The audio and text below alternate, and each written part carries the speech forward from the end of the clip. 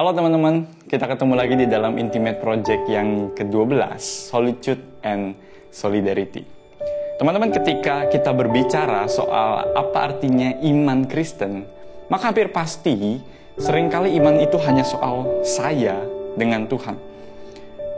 Kita sudah sangat terbiasa dengan kekristenan yang individualistis, yang hanya berkaitan soal saya, yang penting saya beribadah, datang ke gereja, yang penting saya saat teduh dan berdoa dan melakukan banyak hal lain.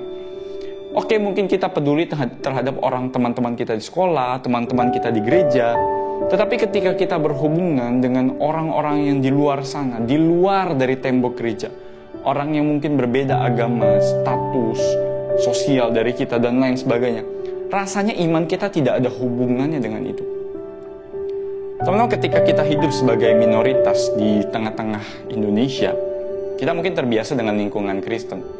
Dari kecil kita sudah jadi anak Tuhan di keluarga Kristen, kita sudah sekolah di sekolah Kristen, dan kita datang ke gereja dari dulu. Tapi seringkali kebiasaan kita itu malah menghilangkan kepekaan kita terhadap orang-orang yang ada di luar dari tembok gereja. Kita tidak terlalu peduli terhadap orang-orang di luar sana. Dan kita tidak pernah menghubungkan itu dengan iman kita. Tidak ada kaitannya orang-orang di luar sana dengan iman kita.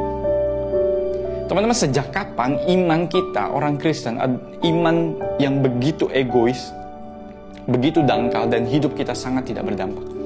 Sejak kapan iman kita adalah iman yang sangat-sangat egois, hanya soal saya, dangkal, dan bahkan tidak berdampak? Teman-teman, padahal kalau kita membaca Alkitab, maka kehidupan Kristen adalah kehidupan yang sepenuhnya dan seutuhnya di sepanjang bagian hidup kita. Disitulah kita menjadi orang Kristen. Kalau kita membaca dan kita merenungkan kehidupan Yesus, hidup kita itu tidak hanya berhenti ketika kita percaya. Teman-teman, untuk apa engkau dan saya sekarang diselamatkan? Apakah hanya supaya kita masuk surga lalu selesai? Lalu untuk apa kita sekarang ada di tengah-tengah dunia di kondisi seperti ini? Untuk apa Tuhan menyelamatkan kita kalau begitu? Teman-teman, kita mungkin suka untuk solitude saat teduh, berdoa. Tetapi seringkali jarang waktu kita pakai untuk betul-betul mempedulikan orang-orang di luar sana. Teman-teman, compassion, belas kasihan, itu adalah bagian dari worship atau ibadah kita. Teman-teman, Yesus tidak hanya peduli terhadap dirinya sendiri atau murid-muridnya. Ketika Yesus hidup di tengah-tengah dunia, Yesus mengasihi dunia, dan Yesus peduli terhadap orang-orang di luar sana yang bahkan diabaikan oleh orang-orang di sekitar. Orang-orang yang bahkan tidak dianggap pelacur, pemungut cukai, orang-orang yang dimusuhi oleh orang banyak dan dianggap berdosa. Justru Yesus datang ke sana.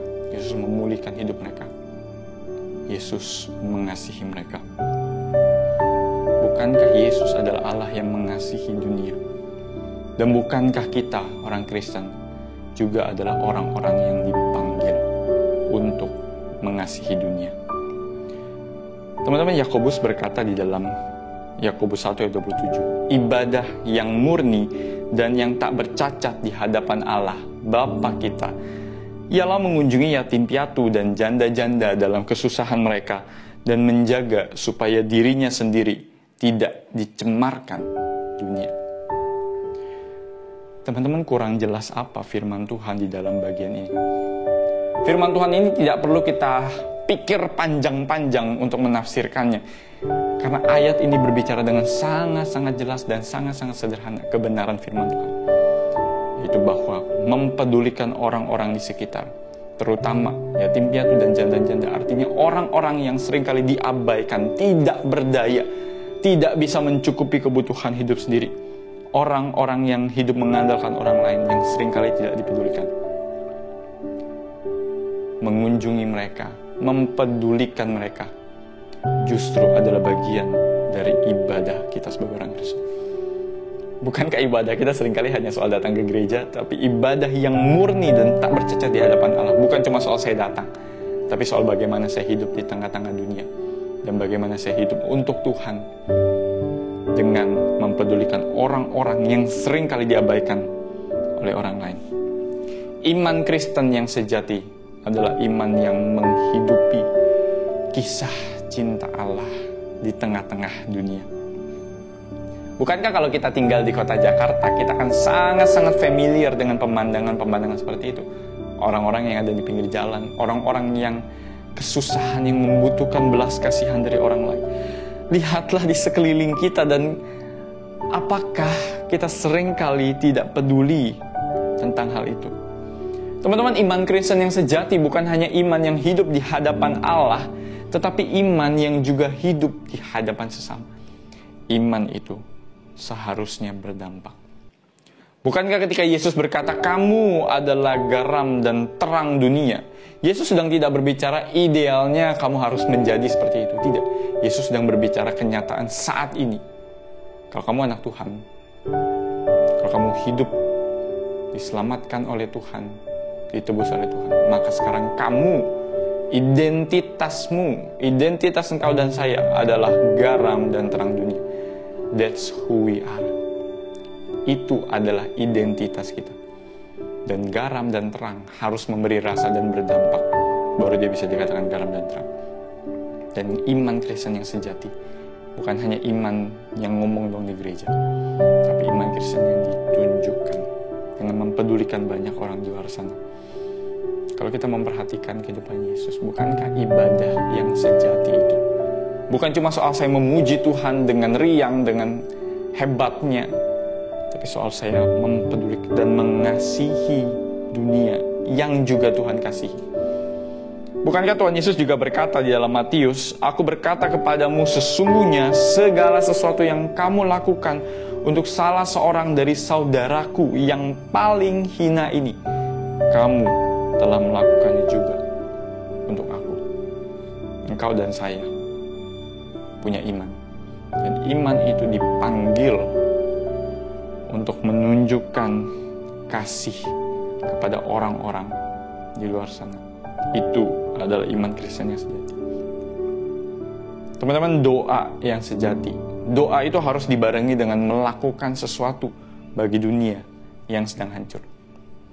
Teman-teman, saya di sini tidak hanya sedang berbicara soal tindakan, oh kamu harus membantu sesama, membagi uang, membagi makanan, membagi sembako, dan banyak hal lain. Bukan hanya soal moral, apa yang harus kita lakukan, kita peduli, dan lain sebagainya. Kita memang wajib memberi jika memang kita mempunyai lebih. Sangat wajib untuk memberi.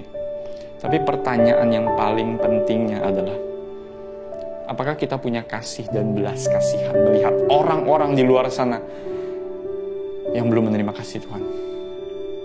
Apakah kita punya kasih terhadap orang-orang di luar sana yang bahkan diabaikan? Dan bagaimana engkau dan saya sebagai orang Kristen seharusnya punya hati terhadap mereka? Pertanyaan yang sesungguhnya adalah, apakah kita punya kasih yang tergetar untuk mengasihi mereka, menganggap mereka setara dan dikasihi oleh Allah? Mereka pun orang berdosa, kita pun orang berdosa, dan sama-sama kita membutuhkan kasih Allah.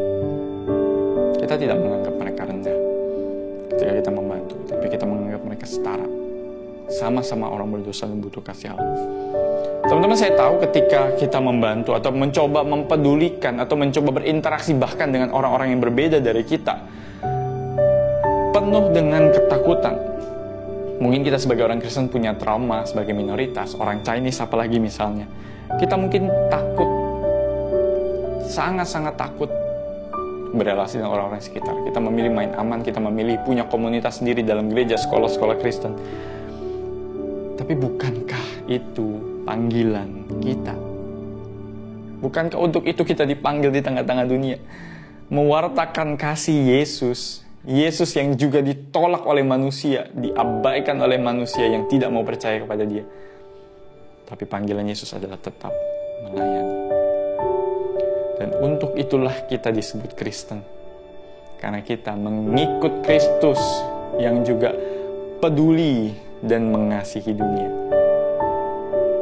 Yesus tidak hanya peduli tentang kita, tapi Yesus juga peduli tentang orang-orang di luar sana. Pertanyaan sederhananya adalah, apakah hati kita tidak tergetar ketika kita melihat orang-orang di luar sana? Apakah kita punya kasih, compassion sebagai bagian dari ibadah kita kepada orang-orang di sekitar kita? Atau seringkali iman kita adalah iman yang sangat-sangat egois dan bahkan jauh dari apa yang Allah inginkan? Teman-teman, ketika kita bersolidaritas kepada orang-orang yang membutuhkan, kita punya kasih, kepedulian, orang-orang yang dipinggirkan, orang-orang yang selama ini diabaikan, kita di situ menjadi perwakilan Allah di tengah-tengah dunia. Tetapi ketika kita juga hidup di tengah-tengah mereka, kita juga hidup punya compassion terhadap mereka, justru kita pun juga bisa menemukan kasih Allah itu hadir di tengah-tengah dunia. Kita bahkan bisa menemukan kehadiran Allah ketika kita bersama-sama dengan orang-orang yang selama ini diabaikan dan dipinggirkan. Karena mereka juga adalah orang-orang yang dikasihi. Justru kita bisa melihat Allah bekerja nyata di wajah orang-orang yang demikian. Teman-teman, mari punya hati yang sungguh-sungguh. Iman Kristen yang penuh, yang peduli terhadap sesama. Teman-teman, karena itu merenungkan beberapa hal yang kita harus renungkan. Yang pertama, apa yang seringkali menghalangi kita untuk peduli dan menunjukkan kasih kepada sesama?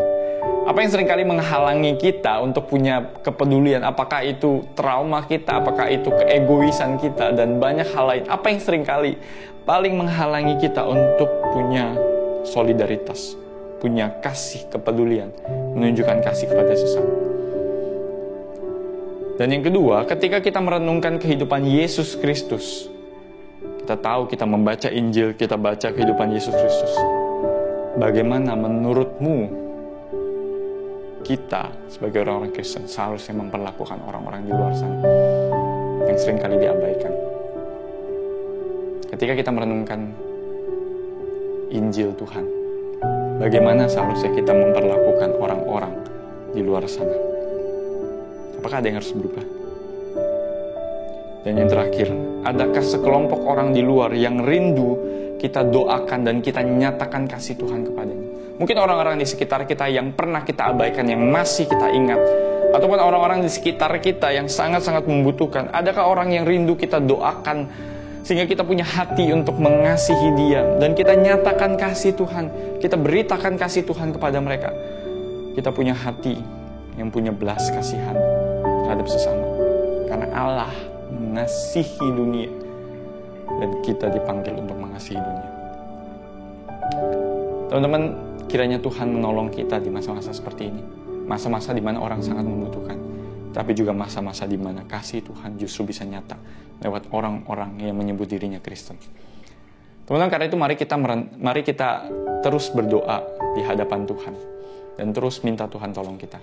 Jangan lupa untuk saat teduh dari Bible Plan yang sudah disediakan, dan Tuhan menolong kita dalam masa-masa seperti ini. God bless you all.